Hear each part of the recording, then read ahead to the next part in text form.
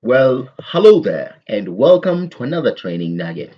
In this video, I will be showing you on how to uninstall WordPress through the cPanel. So let's get started. Well, the very first thing you'll want to do is to log in into your cPanel hosting account using your provided username and password. The next thing you'll want to do is inside the tools section, you scroll down into the section that has all the applications that can be installed into your server. In this case, it is the script section. Since I want to interact with WordPress, I can click directly onto the WordPress icon down here or navigate at the very top section of the search bar and type WordPress. Once I click on the WordPress command area, I will be taken into the WordPress dashboard that allows me to install WordPress and also some of the customization tools at the very top section.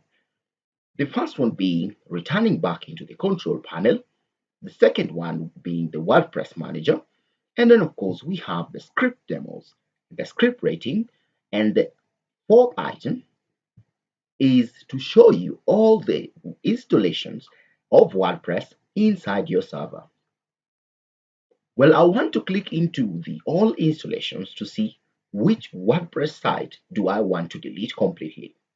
Remember, when you delete sites from this directory option, it cancels and deletes the database and everything related to that WordPress installation. I'll navigate into the all installation options, and of the many accounts that I have with WordPress, I will select the one I really want to uninstall from my server. I can click on the check command option and I will scroll down to the option where we have with selected. Click on the drop down and select remove completely. I will then click on go and I'll have a prompt asking me or telling me that this action will not be reversible. I'm pretty sure that is what I want to do, so I'll click on OK, and WordPress will start uninstalling or removing that installation from my server. Once it's done, I'll get a prompt that tells me that, hey, it is already done.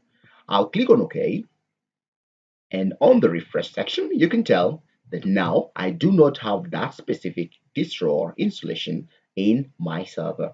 And if you navigate into the website itself, you can tell there is nothing that is in existence about the WordPress that we have in uninstalled.